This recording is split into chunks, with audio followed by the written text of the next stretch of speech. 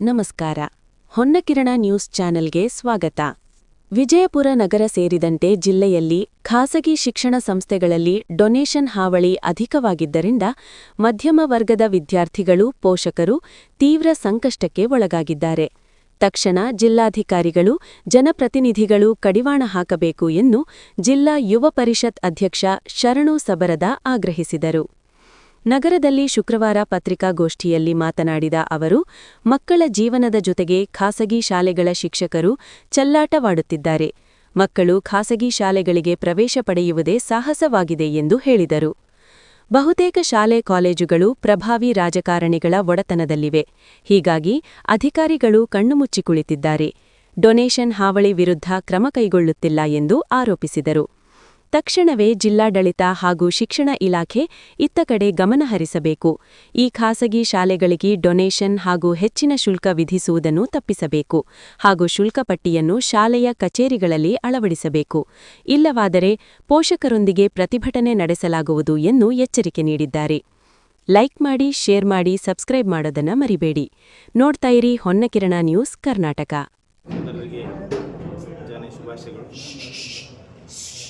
ವಿಜಯಪುರ ಜಿಲ್ಲೆಯಲ್ಲಿ ರಾಜಕಾರಣಿಗಳ ಇಚ್ಛಾಶಕ್ತಿ ಕೊರತೆ ಎಷ್ಟಾಗ್ಯದ ಅಂದ್ರೆ, ಈ ಜಿಲ್ಲೆಯಲ್ಲಿ ಖಾಸಗಿ ಶಾಲೆಗಳ ದರ್ಬಾರ ನಡೆದರೂ ಕೂಡ ಯಾವುದೇ ಒಬ್ಬ ರಾಜಕಾರಣಿಗಳು ಚಕಾರ ಶಬ್ದ ಎತ್ತಲಾಕತ್ತಿಲ್ಲ. ಖಾಸಗಿ ಶಾಲೆ ಒಳಗೆ ಸರ್ಕಾರದ ನಿಯಮ ಅದು, ಪ್ರತಿ ಖಾಸಗಿ ಶಾಲೆ ಒಳಗೆ first standard, second standard, third standard ಹಿಂಗೆಲ್ಲ ಸ್ಟ್ಯಾಂಡರ್ಡ್ಗಳಿಗೆ ಇಂತಿದ್ದೇ ಶುಲ್ಕ ತಗೋಬೇಕಂತೇಳಿ ಅದು ಸರ್ಕಾರದ ಆದೇಶ ಇದ್ರೂ ಕೂಡ ಯಾವುದೇ ಒಬ್ಬ ಖಾಸಗಿ ಶಾಲೆಯ ಯಾವುದೇ ರೀತಿಯಿಂದ ಶುಲ್ಕದ ಒಂದು ನಾಮಫಲಕ ಇಲ್ಲ. ಇದು ದುರ್ದೈವದ ಸಂಗತಿ. ರಾಜಕಾರಣಿಗಳು ಪ್ರತಿ SLC ಎಕ್ಸಾಮ್ ಮುಗಿದ ತಕ್ಷಣ ನಮ್ಮ ಜಿಲ್ಲೆ ಯಾಕೆ ಇಷ್ಟು ಕಡೆಗಣಿಸ್ಯಾರ, ಯಾಕೆ ಈ BO DDPಗಳು ಕೆಲಸ ಮಾಡೋಲಾಗ್ಯಾರ, ಆಮೇಲೆ ವ್ಯವಸ್ಥೆ, ಶಿಕ್ಷಣ ವ್ಯವಸ್ಥೆ ಎಲ್ಲ ಅಂತೇಳಿ KDP ಒಳಗೆ ಮಾತಾಡ್ತಾರೆ. ಆದ್ರೆ ಅದರ ನಂತರದಲ್ಲಿ ಮಧ್ಯಮ ವರ್ಗದ ಕುಟುಂಬದವರು ಇವತ್ತೇನಾದರೂ ತಮ್ಮ ಮಕ್ಕಳನ್ನ ಖಾಸಗಿ ಶಾಲೆಗೆ ಸೇರಿಸಬೇಕಾದ್ರೆ ಲಕ್ಷಾಂತರ ರೂಪಾಯಿ ಫೀಗಳನ್ನು ಕಟ್ಟಬೇಕು. ಒಂದೇ ಒಂದು ಖಾಸಗಿ ಶಾಲೆ ಒಳಗೆ ಇಂಥ ವಿದ್ಯಾರ್ಥಿಗೆ ಇಷ್ಟು ಶುಲ್ಕ ಅಂತೇಳಿ ಯಾವುದೇ ಒಂದು ಈ ಜಿಲ್ಲೆಯಲ್ಲ, ಈ ರಾಜ್ಯದಲ್ಲಿ ಖಾಸಗಿ ಶಾಲೆ ಒಳಗೆ ಒಂದು ಶುಲ್ಕದ ಒಂದು ನಾಮಫಲಕ ಯಾವುದೇ ಖಾಸಗಿ ಶಾಲೆ ಒಳಗಿಲ್ಲ. ನಿನ್ನೆ ನಾನು ಕಮಿಷನರ್ ಅವ್ರ ಆಫೀಸ್ಗೆ ಮಾತಾಡಿದೆ, ಇಲ್ಲ ನಾಳೆ ನಾಡ್ದು ನಾವು ಆದೇಶನ DDPI ಕಳಿಸ್ತೀವಿ, DDPI ಮುಖಾಂತರ ಎಲ್ಲ BOಗಳಿಗೆ ಸರ್ಕ್ಯುಲೇಟ್ ಮಾಡ್ತಾರ ಅಂತ ಹೇಳಿದ್ರು. ಆದ್ರೆ ಇಲ್ಲಿವರೆಗೆ ಇಷ್ಟು ವರ್ಷ ಆಗಿದ್ದೇನು ವ್ಯವಸ್ಥೆ? ದಯವಿಟ್ಟು ಖಾಸಗಿ ಶಾಲೆಗಳು ದೊಡ್ಡ ಯಾಕೆ ಖಾಸಗಿ ಶಾಲೆಗಳು ಈ ವ್ಯವಸ್ಥೆ ಆಗ್ಯಾವ ಅಂದ್ರೆ, ದೊಡ್ಡ ರಾಜಕಾರಣಿಗಳಿವೆ ಖಾಸಗಿ ಶಾಲೆ ಅದಾವ ಆ ಕಾರಣಕ್ಕೆ. ಆದರೆ ಈ MLCಗಳು ಏನು ಮಾಡಕತ್ತಾರ, ಇಲೆಕ್ಷನ್ ಬಂದಾಗ ಮಾತ್ರ MLCಗಳು ತಮ್ಮ ಕಾರ್ಯವನ್ನು ಸ್ಟಾರ್ಟ್ ಮಾಡ್ತಾರೆ. MLCಗಳು ವಿಶೇಷವಾಗಿ ಮುತುವರ್ಜಿ ವಹಿಸಿ ಖಾಸಗಿ ಶಾಲೆಗಳ ಮೇಲೆ ಹಿಡಿತಿಟ್ಟು ಮಧ್ಯಮ ವರ್ಗದ ಕುಟುಂಬಗಳು ಇವತ್ತೇನಾದ್ರೂ ಒಂದು ಬರೀ ಫೀ ಅಷ್ಟೇ ತಗೋತಾರಲ್ಲ, ಡೊನೇಷನ್ ತಗೋತಾರೆ. ಪ್ರತಿ ವರ್ಷ ಡೊನೇಷನ್ಗಳ ಹಾವಳಿ, ಪ್ರತಿ ವರ್ಷ ಡೊನೇಷನ್. ಅದೇ ಮಗು ನೆಕ್ಸ್ಟ್ ಕ್ಲಾಸಿಗೆ ಹೋಗ್ಬೇಕಾದ್ರೆ ಮತ್ತೊಮ್ಮೆ ಡೊನೇಷನ್ ಕಟ್ಟಬೇಕು ಆ ಶಾಲೆಗೆ.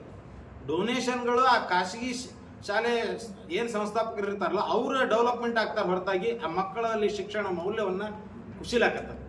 ಆ ನಿಟ್ಟಿನಲ್ಲಿ ಜಿಲ್ಲೆಯ ಉಸ್ತುವಾರಿ ಸಚಿವರು ಮತ್ತು ಎಲ್ಲ ಜನಪ್ರತಿನಿಧಿಗಳು ಖಾಸಗಿ ಶಾಲೆಗಳ ಮೇಲೆ ಒಂದು ಹಿಡಿತಿಟ್ಟು ದಯವಿಟ್ಟು ಮಧ್ಯಮ ವರ್ಗದ ಕುಟುಂಬದವರು, ಇನ್ನು ದೊಡ್ಡ ನೌಕರಸ್ಥರು ಖಾಸಗಿ ಶಾಲೆಗಳಿಗೆ ಹಾಸ್ತಾರೆ. ಆದರೆ ಏನು ಸಮಸ್ಯೆ ಅದಂದ್ರೆ, ಮಧ್ಯಮ ವರ್ಗದವರು ಕೂಡ ಪ್ರಾಥಮಿಕ ಮತ್ತು ಪ್ರೌಢ ಶಾಲೆಗಳು ನಮ್ಮ ವಿಜಯಪುರ ಶಾಲೆಗಳಲ್ಲಿ ಆ ಶಿಕ್ಷಣ ಮೌಲ್ಯವನ್ನು ಕಳೆದುಕೊಂಡು ಸಾಕಷ್ಟು ಈ ಹಿಂದೆ ನಾನು ಪತ್ರಿಕಾಗೋಷ್ಠಿ ಮಾಡಿ ಅಲ್ಲಿ ವಿನಂತಿಯನ್ನು ಮಾಡಿಕೊಂಡಿದ್ದೀನಿ. ಜಿಲ್ಲಾ ಉಸ್ತುವಾರಿ ಸಚಿವರಲ್ಲಿ ಕೂಡ ನಾನು ಕೇಳ್ಕೊಂಡಿದ್ದೀನಿ, ದಯವಿಟ್ಟು ಪ್ರಾಥಮಿಕ ಶಾಲೆ, ಸರ್ಕಾರಿ ಶಾಲೆಗಳು ಅದು ಡೆವಲಪ್ಮೆಂಟ್ ಆಗಿದ್ವು ಅಂದ್ರೆ ಈ ಖಾಸಗಿ ಶಾಲೆಗಳಿಗೆ ಮಾರು ಹೋಗೋದು ಆಗಂಗೇ ಇಲ್ಲ. ಸರ್ಕಾರಿ ಶಾಲೆಗಳು ಡೆವಲಪ್ಮೆಂಟ್ ಆಗಬೇಕು ಅನ್ನೋದು ಒಂದು ವಿನಂತಿ ಅದ. ಆದ್ರೆ ಖಾಸಗಿ ಶಾಲೆಗಳಲ್ಲಿ ವಿನಂತಿ ಏನದಂದ್ರೆ, ದಯವಿಟ್ಟು ತಾವು ಯಾವ ವಿದ್ಯಾರ್ಥಿಗೆ ಯಾವ ತರಗತಿಗೆ ಎಷ್ಟು ಫೀ ತಗೋತೀರ ಅದನ್ನ ತಾವು ಡಿಸ್ಪ್ಲೇ ಮಾಡಬೇಕು ಪ್ರತಿ ಶಾಲೆಗಳಲ್ಲಿ ಅಂತೇಳಿ ನನ್ನೊಂದು ವಿನಂತಿ ಅದ.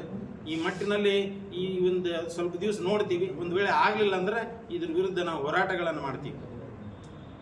ಸರ್, ಪರ್ಟಿಕ್ಯುಲರ್ ಆಗಿ ಯಾವ ಉದಾಹರಣೆ ಹೇಳ್ಬೇಕಂದ್ರೆ, ಎಕ್ಸಲೆಂಟ್ ಅಂತ ಹೇಳಿ ಆದರ್ಶ ನಗರಗಳ ಒಂದು ಶಾಲೆ ಅದ.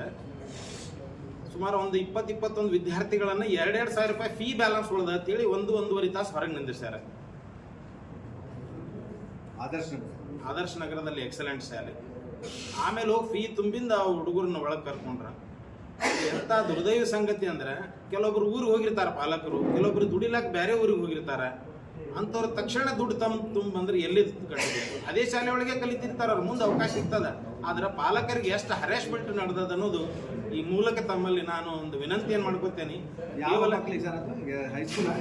ಕನ್ನಡ ಇದು ಪ್ರೈಮರಿ ಹೈಸ್ಕೂಲ್ ಸರ್, ಎಕ್ಸಲೆಂಟ್ ಆದರ್ಶ ನಗರ. ಸರ್ ಫೀ ತಗೋರಿ, ಡೊನೇಷನ್ ಹಾವಳಿ ಯಾಕ? ಪ್ರತಿ ವರ್ಷ ಡೊನೇಷನ್ ಯಾಕ? ಅಲ್ಲ, ಅದಕ್ಕಾಗಿ ನೀವು ಪ್ರಾಥಮಿಕ ಮತ್ತು ಪ್ರೌಢಶಾಲೆಗಳನ್ನ, ಈ ಕನ್ನಡ ಶಾಲೆಗಳನ್ನ ನೀವು ಮೇಲ್ದರ್ಜೆಗೆ ಡೆವಲಪ್ಮೆಂಟ್ ಮಾಡಿದ್ರೆ ಆಟೋಮೆಟಿಕ್ ಎಲ್ಲರೂ ಅಲ್ಲಿ ಸರ್ಕಾರಿ ಶಾಲೆಗೆ ಸೇರಿಸ್ತಾರೆ ಮಕ್ಕಳನ್ನ.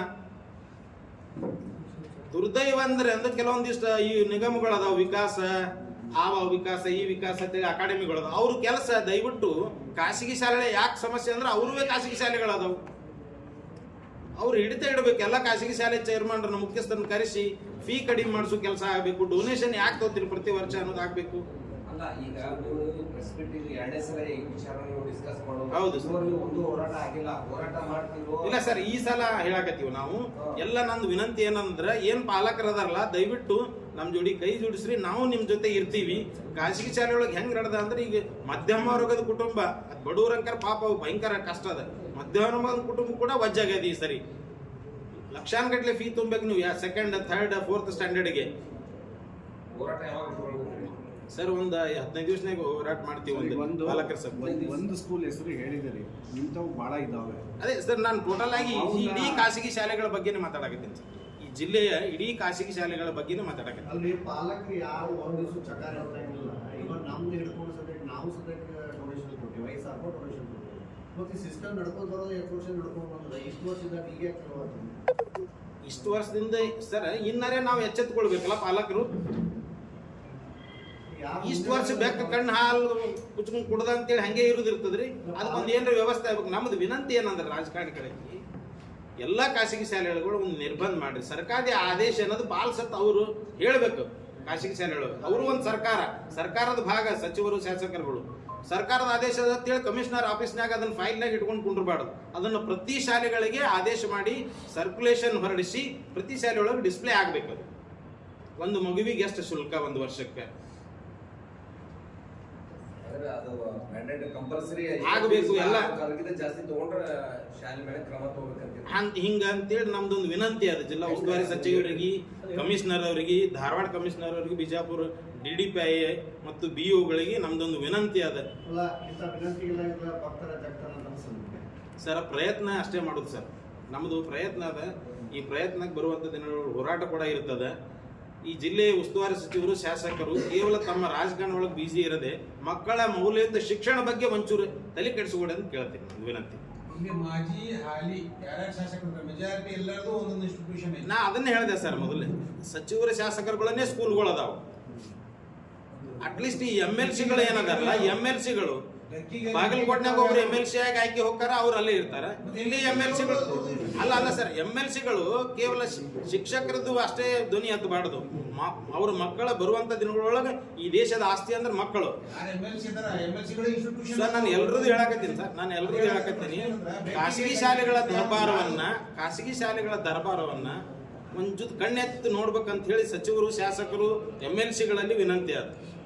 ಆಮೇಲೆ ಈ ಮಕ್ಕಳ ಆಯೋಗ ಅಂತದ, ಮಕ್ಕಳ ಬಾಲ ವಿಕಾಸಮಿ ಅಕಾಡೆಮಿ ಅಂತದ, ಅದು ಅವರೇ ದಯವಿಟ್ಟು ಎಚ್ಚೆತ್ತುಕೊಳ್ಬೇಕು. ದುರ್ದೈವ ಏನಂದ್ರೆ ಅವ್ರೂ ಶಾಲೆ ಅದಾವ. ಎಲ್ಲರದ್ದು ಹೇಳಕತ್ತೀನಿ ಸರ್, ಎಲ್ಲ ಅಕಾಡೆಮಿ, ನಿಗಮ, ಅವ್ರದ್ದು ಕೂಡ ಕೆಲಸ ಬಹಳ ಇದೆ ಅಲ್ಲಿ. ಎಂದ್ ಎತ್ತ ಹೇಳ್ರಿ ಪಾಲಕರ ಪರವಾಗಿ ಅವರು ಇಲ್ಲ, ಅವರು ಸ್ಕೂಲ್ ಅದಾವ್ರಿ.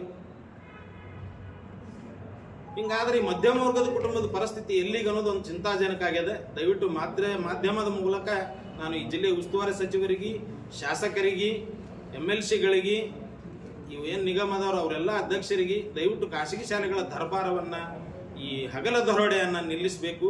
ಮಧ್ಯಮ ವರ್ಗದ ಕುಟುಂಬಕ್ಕೆ ಶುಲ್ಕನ್ನ ಕಡಿಮೆ ಮಾಡಬೇಕು ಅಂತ ಹೇಳಿ ನಂದೊಂದು ವಿನಂತಿ. ಜಿಲ್ಲಾ ಯುವ ಪರಿಷತ್ ಸರ್ ಒಂದು ಸ್ವಲ್ಪ ಕೂತ್ಬಿಡಿ, ಕಟಾವ್